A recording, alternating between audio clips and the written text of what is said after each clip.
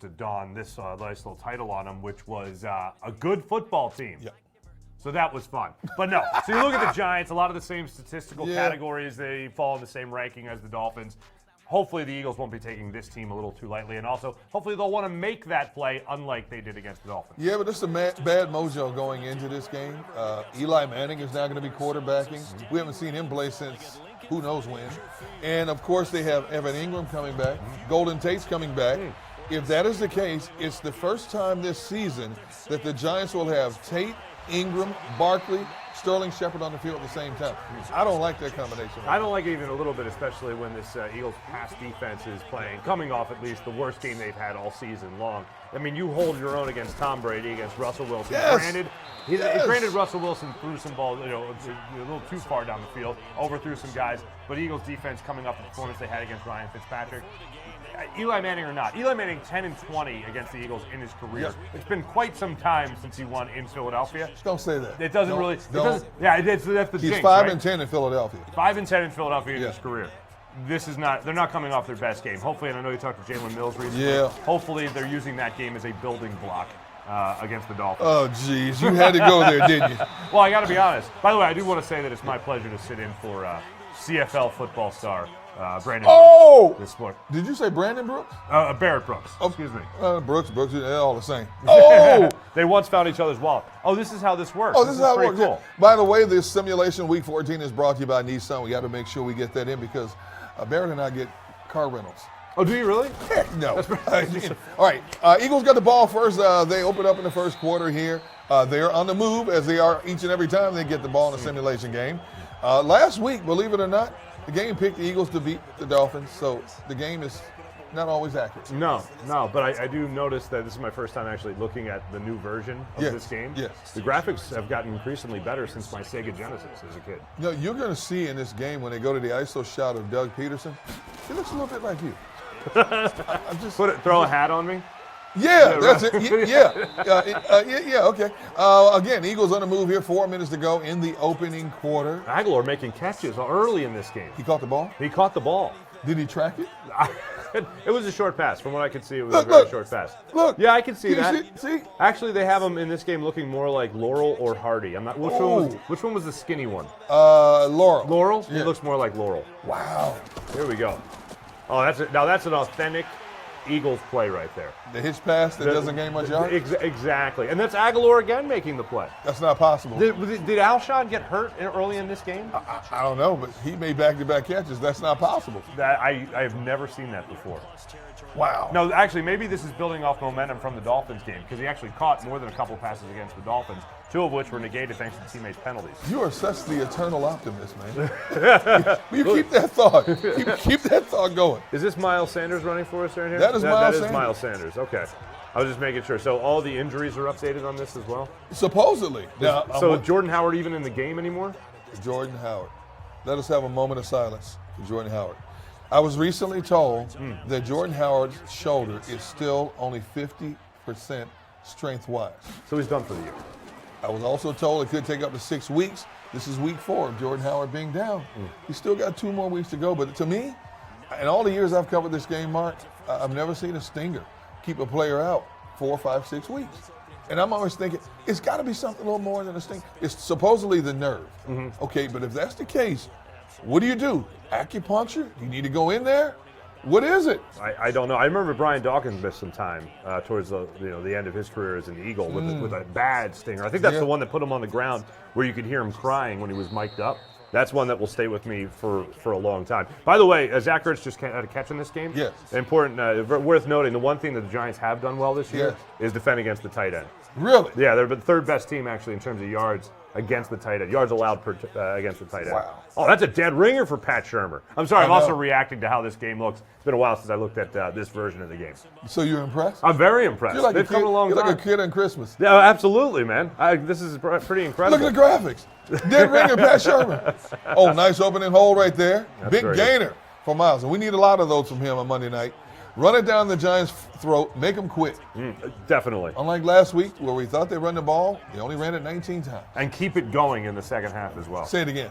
Keep it going. Say it one more time. Just one more time. Doug? You got to keep it going in the second half. Doug, You heard what he said. We Please. apparently look alike, Doug. Please. He's not going to let me live that one down. No, there you go. Nice little Look at zone this. read Look right at there. It. Well, you're running back into coverage, man. Break it not, outside. It's not like Doug was talking about in his press conference on Thursday. This is a team that needs to make sure they're coaching up their players. Their position coaches need to coach up. Deuce Staley needs to tell them, don't cut back in towards the players, cut back to the outside. All right, we have our first question in this Week 14 simulation. It comes from Darren T. He wants to know, what can we expect to see from Eli Manning on Monday night? I think it looks like this. Oh, my God. Jeez. Is that a good Eli face? That's pretty good. That's pretty good Eli face? That's pretty good. Yeah, I think we can expect to see a lot of that. I mean, the only unfortunate thing is they're going to hit Eli a lot. I just don't think they're going to get a lot of sacks. See, I disagree. I don't think he's going to let anybody hit him. I think it's going to be chuck and duck. He's not going to stand in there like Ryan Fitzpatrick and take those unnecessary shots. He's going to try to hit those quick slant routes, and he's going to turn his shoulder so he doesn't get blasted. He is going to have, unfortunately, one of his better games. And I think that is going to be because he's going to have the weapons that he hadn't had, in his previous two starts. Yeah. The same weapons that Daniel Jones did not have. And the interesting thing is, though, when you look at, even granted, it's only two starts that he made this season. Sure. When you look at the quarterback play overall, the Giants, 13 interceptions thrown this year. I believe that's the 5th most in the NFL. Wow. I think Eli is going to come out and try to play the game of his life, if for nothing else, to try to audition for somebody else. He's in his late 30s now, and I still think that competitive juice is flowing, and he wants to play somewhere. And he realizes this is Daniel Jones' team now, but there's a few teams out there that can use a veteran quarterback to hold down the fort until a future quarterback that they draft is up and ready to go. Oh, look at the time. Carson Wentz getting in the pocket right there. Ooh. Overthrow or throw away? What do you think he was doing there? Combination of the two. You make the call. I think he was throwing it away. I think it's very similar to a pass he made in the end zone to Alshon Jeffrey. Alshon is 6'3", and Carson threw it 7'6". Oh, the one in Dallas? No, the one in Miami. Oh, Miami, okay. Oh, yeah. He threw it 7 feet, 6 inches instead of throwing it to where a guy was 6'3" with a big wingspan like a condor could actually get his fingers on the ball. I'm just saying. I like the analogy. We are in the second quarter. Eagles have put the first points on the board. They currently lead 3-0 with 4:09 left in the second quarter. And as we always do, as you can see, we will now move ahead to the third quarter and see where this game is right now, because we have the technology to speed things up with this simulation game. Oh, Eagles start the third quarter with a big lead, 17-7. Now, that's a good sign, but again, let me remind you that throughout the course of the simulations this week, I say the game's about 50-50. 50-50, a toss-up right now. Yeah. All right, definitely tight, but this is where the Eagles kind of took their foot off the gas last week. This is where they need to make sure. This is a game, and as you talked about Your before. guy, Jalen Mills. My man. When you talk to him, though, but before we get to that, actually, when the Eagles talk about whether or not this was a game against the Dolphins that helped them wake up, this shouldn't have been a wake-up call. No. I mean, we all know. I mean, whatever you want to throw at it, every adjective to describe how disappointing that loss was. Absolutely. But to talk in the locker room yesterday, or Wednesday rather, about how this needed to be a wake-up call. Right. Why should a team that thinks so highly of themselves need that kind of motivation going into Miami and especially coming out of it? If anything right now, you got to play with that fire of a team that wants to make the playoffs. I know teams or fans might talk about a team tanking, might talk about don't make the playoffs for the better draft pick. Right. But the bottom line after this game should be get your quarterback some playoff experience. Sure. Get in the playoffs. Sure. Do you really want to go into the first year of that $107.9 million deal with Carson Wentz and say, oh, this is just when he might get playoff experience? No, you'd rather have that playoff experience under his belt. I said it after the game, and I've said it throughout the course of the week up to this point. It still rings in my ears that players and the coaches all said in unison, Miami just wanted it more than we did. And I'm thinking, how's that possible when the core of the group of these players were in the exact same position last year when they had to rally in a do-or-die situation and found a way to get to the playoffs? And you took this team lightly. When they were up 10-0, when they were up 28-14, they would never admit it, but honestly believe they took Miami lightly. I honestly believe that. No, they definitely did. There's nothing else that explains it. It's hard to say a team isn't supposed to be that bad, but they played that bad in Miami. Their mindset wasn't good. For a guy who has made adjustments and got almost no credit for it, Jim Schwartz, yes. He's made adjustments all year long. Yep. He just hasn't made that many within a game. No, that would have been a game against the Dolphins to make those adjustments. But see, it worked for him the 4 previous games. I mean, we were all impressed, even though they were 2-2 in those 4 games. We were all impressed with the fact that they held 4 consecutive opponents to 17 points or less, and those opponents included New England and Seattle. And we thought this was going to be a cakewalk against this defense, but against the Dolphins offense. But they let that offense that was averaging under 15 points a game put up 37 on them. Now, this Giants offense is only averaging 19-plus points a game. They're near the bottom in offensive statistics, but then again, this is the first time they will have all of their complement of weapons on the field. I'm telling you, man, it's bad mojo. Oh, it's definitely bad mojo. And the point that you made, I thought was a great one in terms of Eli Manning. Gunner just being Gunner. See, you don't get these compliments from Barrett, do you? No. CFL star Barrett. But when you look at a guy, when you look at what he said earlier about this being the show what you can do, show what you still have left for Eli Manning, it could very well be that because he doesn't want to hang it up just yet. No, I honestly believe there's that fire still within him. I believe as good of a teammate as he has been throughout this transition from him to Daniel Jones, that he's seething within, because every quarterback who's won a couple of Super Bowls, has played as long as he has, all has this idea of how they want to ride off into the sunset in their careers. Very few get that opportunity, but to be benched, basically the organization is telling you, you have served your purpose, you can't do what we need you to do anymore. Mm-hmm. So, this would be a good way for him to try to round things out for the end of the season. Yes. And coming off a defense. Resume reel. The resume reel, and also coming off a defense coming off a game in which they played their worst game. And you don't think he would like anything more than to stick it to this Eagles organization, a team within his own division? A team within his own division and a team that has had his number throughout his career. I mean, when you have his number Monday night. You've lost 10 more games against this team than you've won. That's pretty terrible. That's pretty sad. And then what did you say here at the link? 5-10? 5-10. Yep, 5-10 at the league. What is it, 10-20 overall? 10-20 overall. And 1-9 in the last 10. Here's the thing that's really going to stick in a lot of people's crawl, unfortunately, in this game, and it's not just going to be good old Eli face. Yep. How is it that the Giants have no problem incorporating Golden Tate into their offense? There you go. When the Eagles said it was so troublesome to try to do that last year. It's hard to integrate a guy into your offense that had 1,000+ yards receiving in 3 straight years, 90+ catches, and all of a sudden Mike Rowe is just dumbfounded as to how to use him in the offense. Academic. It should have been academic. Oh, is that a sack or we just get a quarterback hit? What did we get here? I look like Fletcher Cox. Yeah, whatever you just said. This is the real stuff. This is what the coaches are doing. The coaches are doing this over there at the NovaCare complex. They're sitting there and they're watching all this, making sure they know how to break down this film. That will conclude the third quarter of this Week 14 simulation. As you can see, your Philadelphia Eagles right now leading the New York Giants 17-7 on a rainy simulation game, and from what we've seen from the weather, the good news is it's supposed to be 57 degrees on Monday. The bad news is it's supposed to rain, which might balance things out, which is not good for the home team. No. Did we set it to rain? Did we do all that? Yeah, we set this up it's before you walked in. It's not just a happy accident? You were 10 minutes late, so we coordinated all this stuff. Yeah, we didn't call the play upstairs. No. I was waiting for hey, we're going down. We're going down to the digital room. Yeah, that's right. Blame it on the digital people. Oh, the digital. No, not blaming. Not blaming. This is pretty wild. This is an accurate depiction, I believe, of how it's going to go. 17-7? It's not going to be a blowout. As much as I'd love to say it's going to be a 38-7 Eagles win. I agree. I think it's going to be too close for comfort. And if it is, look at it.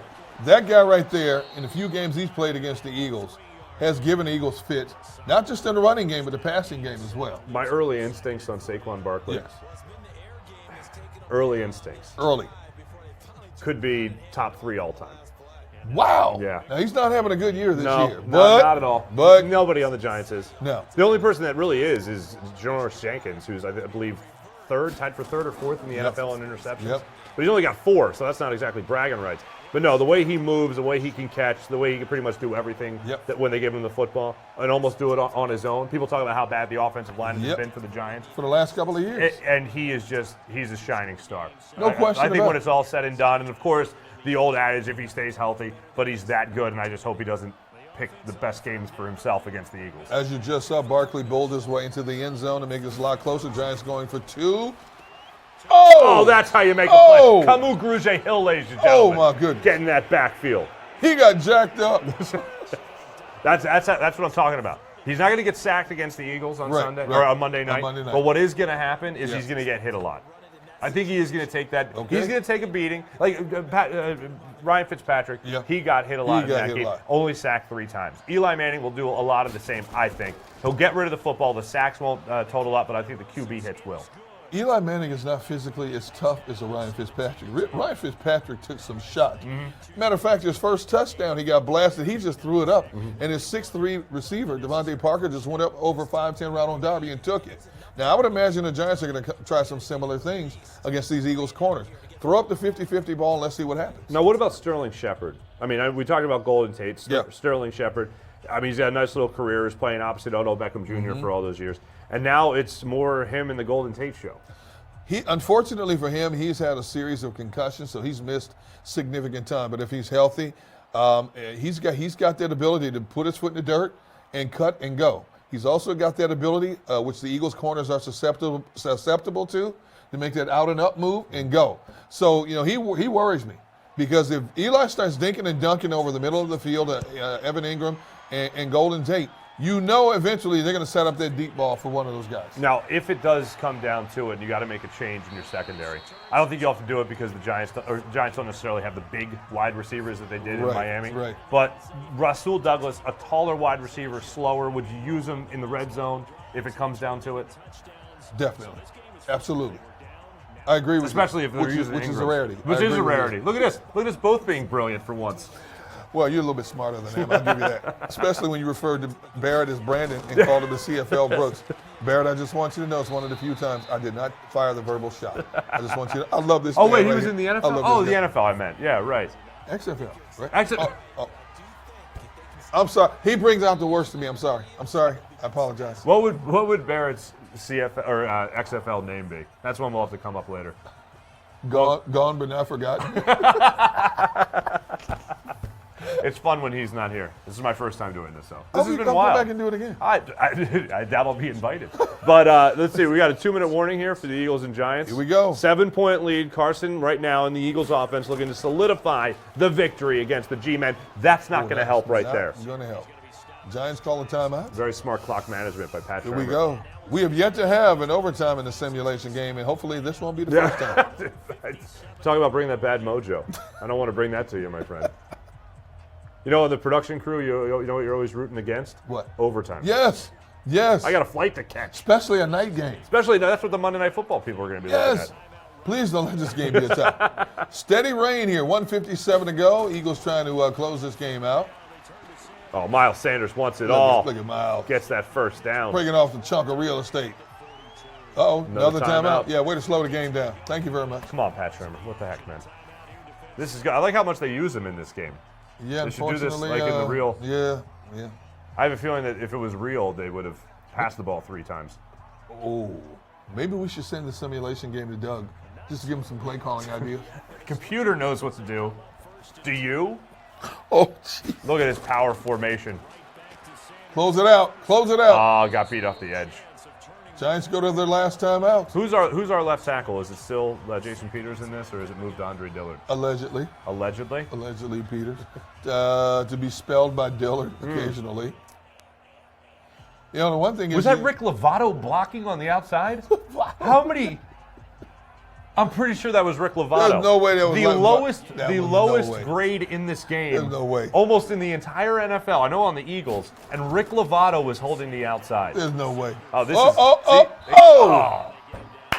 Oh, my goodness. They get creative play calling.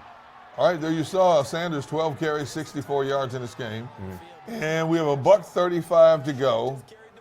Clock still moving. 3rd and 2. Big play here. Here we go. Carson Wentz, you're 6'5". Just dive it, man. Seal the game. I don't know if Giants can't stop the clock. I don't know if we're going to go that way. Come on, man. Dive. Don't give it to him in the backfield. Don't do it. Oh, we got the Nelson Aguilar. He wants it all. And he gets stopped. Does he get stopped? Wow. He got the first down. See, that right there is the heart and determination of Nelson Aguilar. Whatever that rating is in this game, that is up there, man. Who are you referring to? The simulation version of this. Oh, okay. This is where the players are robots. Okay. All right. Victory formation. Here we go. 22 and counting. Take a knee. That's the real deal right there. Dagger. That's it. Hey, brother, no overtime. It's a beautiful thing. Rainy, but no overtime. So what did you think? I think this is very authentic. Really? I feel like this is good. I feel like it really gives the people a good exercise into knowing what's going to happen in the game. Also, what players to highlight, of course. That's the big part of it. You are a great salesman. You're welcome. Hey, how great is Nissan? Hey, by the way, choose Nissan today for all great offers on our most exciting lineup ever. Shop ChooseNissan.com. Thanks for hanging out with two silly guys. He's Mark Farzetta. I'm Derrick Gunn. We will see you next week, Week 15, prior to the Eagles taking on the Washington Redskins. That's exciting. Barrett will be back for that. Maybe.